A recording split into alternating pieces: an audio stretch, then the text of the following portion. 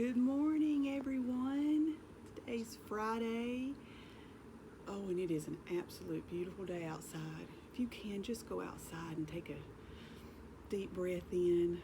God has let you live to see this day, and I'm just so glad that I was able to wake up this morning and expect good things, expect good reports, no matter where you are in life, no matter if you're up on the mountaintop or if you're down in the valley. Expect good, something good today. Because actually already something good's already happened. You're alive. God woke you up. So there's already a diamond right there. But I wanted to continue a word of encouragement for you today, and our Bible devotion. Today we're talking about diamonds in the dirt from our book Acres of Diamond by Jentezen Franklin. And it's talking about blessings, how they come in different packages, ones that we may not expect. Sometimes when you're going through these tough seasons, and these trials and things that are not so easy to understand, you feel like you're kind of buried, and like sometimes maybe you're suffocating, or you're hopeless, and it's so dark. But think of it like this: a seed. We bury them when we're out planting a garden, or some flowers. We plant the seed under the ground and bury it. But what comes up in a new season? You start seeing that bud come up, that that green little stem start coming up, and then beautiful flowers or fruits and vegetables. You see, it was in that season where it was buried under the dirt, but look what came in the next season. And see, that's what's going to happen to you. That's what's going to happen to me when we're in these dry seasons. We're in these seasons where we're broken and we don't understand what's going on and why we're being afflicted. The next season, oh, it's going to be glorious. So you just wait on it. All right, back to our devotion. It told about this story that really put some insight into it. There was this young boy, did really well in school, and it was coming upon graduation time, and he, for a graduation present, was expecting a car. Him and his dad had already went to several dealerships right before the day of that he walked, and he picked out the perfect car, and several of his friends were getting cars for a new graduation gift. And so on the day that he comes to graduate, his father calls him into his study, and he has this gift that's wrapped up. It's just in a box, and he pushes it towards the son, and the son thought, well, what is that? I mean, he's looking for a car with a bow sitting on top of it. And he opens it, and when he opens the box, it's a Bible. And it makes the son mad. And he just puts the top back on the box, shoves it back to his father, and goes to his room, packs his bag, and just leaves. Never talks to his dad again. And then years later, his father actually passed away, and he came back to, take care of everything, and he goes back into that study, and he going through some papers, and he sees that box still wrapped like when he got it way back then. He opens it up, picks up that Bible, and he starts flipping through the pages, and out falls a check for the exact amount of the car that he wanted.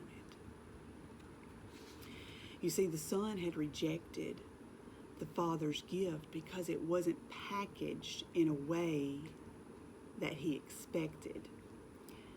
See, wouldn't you hate to miss out on an incredible gift because it came wrapped in an unexpected package? See, we expect diamonds to show up, in those black velvet boxes that come from like jewelry stores. But a lot of times that's not how God delivers those packages. So I want to go to the Bible where there's a story that's like this. And a lot of people know about this story, about Job. So we're going to go to Job in the Bible. And this starts in chapter 1. And I want to read it real quick to give you some background in Job. All right. There was this man named Job. He was blameless and upright. He feared God, shunned evil. He had 7 sons, 3 daughters, owned 7,000 sheep, 3,000 camels, 500 yoke of oxen, and 500 donkeys, had a large number of servants. He was the greatest man among all the people of the East. Job, you would think Job had it all.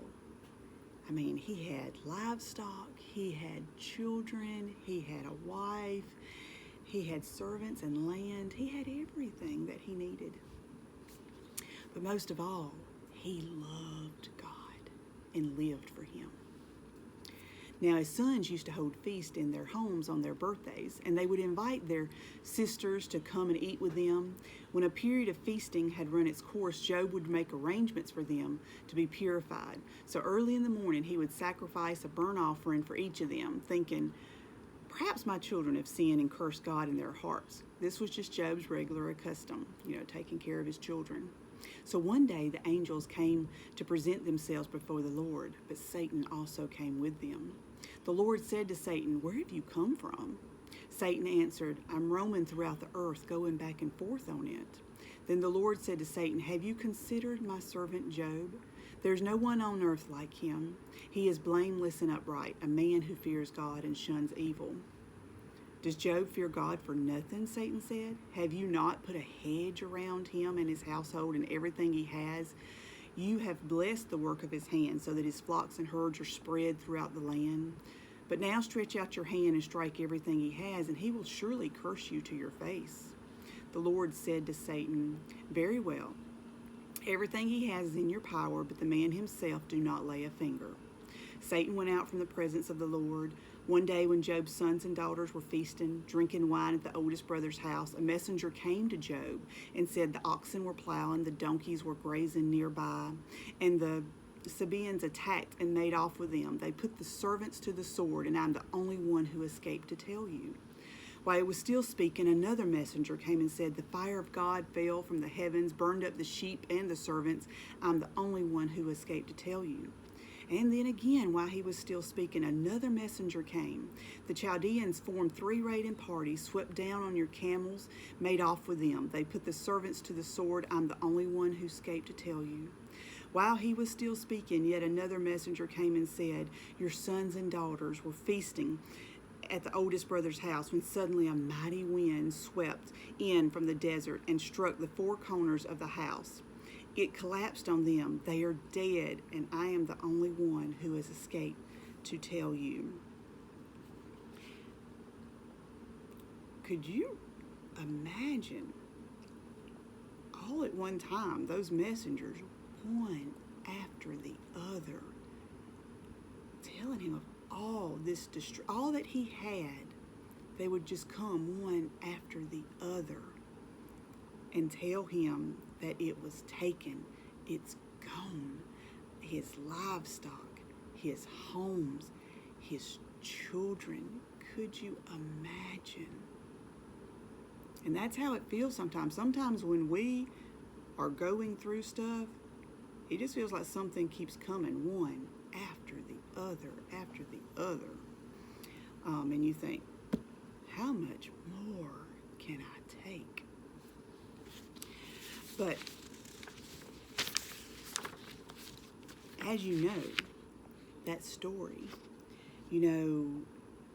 Job is one of those who received those strangely wrapped gifts. See, God was ready to do something incredible in his life. You know, that first package, all of Job's flocks, they were stolen, they were burned, his servants killed. And then here comes package number 2. All of his children are taken from him. Job's got nothing. No household, no children, no Bible, no church. But look what Job says. In Job 1, verse 21, right after all of this, all after he heard this, he said, the Lord gave, and the Lord is taken away. But blessed be the name of the Lord. Now, Job still had his health, and he had his friends, and he had his wife. But it doesn't take long right after that. Job gets sick. And then his wife tells him to curse God and die. And then his friends accuse him of being a hypocrite, suggesting that God was punishing him because he did something wrong. But Job still had God. Now, it didn't feel that way to him. You know, he said in chapter 23, if you go over to Job 23, in verse 8 and 9,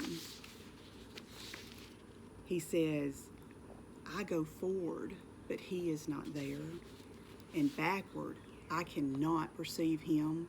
When he works on the left hand, I cannot behold him. When he turns to the right hand, I cannot see him. Have you ever had a season like that where you just do not feel God and you wonder, where are you, God?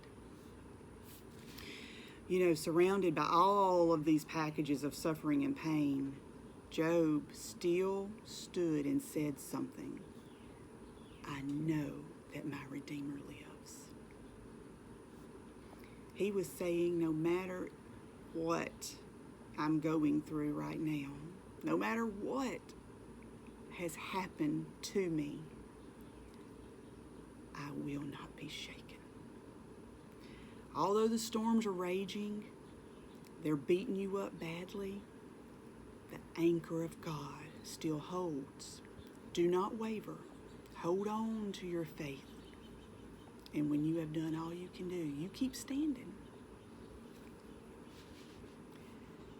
And a lot of times during these times, you'll have those questions.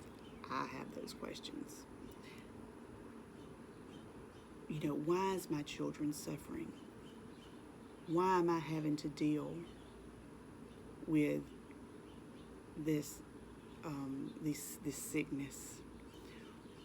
Why did I lose my job? You know, you ask a lot of questions. And Job did too. He asked similar questions, but he still said, and he still put his trust in God, I know my Redeemer lives. And one day, when I get through all of this, I'm going to be refined as pure gold, and I'm going to see him. And I'm going to see this testimony. I'm going to see something good come out of this. You know, at the end, God restored Job. He gave him double of everything that he lost. And so I want to encourage you to receive these strangely wrapped gifts that you didn't expect of what they should look like, but it's how they came. Accept them, because God is for you, and in the end, you're going to be okay. God is going to restore you and give you overwhelming peace, joy. And you may not even know what it's going to look like right now. But look for it. Because when it comes, going to have a smile on your face, and you're going to be happy again. I sure do love y'all. Y'all have a great day today. You know, even if you don't go anywhere, go outside. Look around. Look at the beauty. Find something to piddle with. All right. Talk to y'all soon. Bye-bye.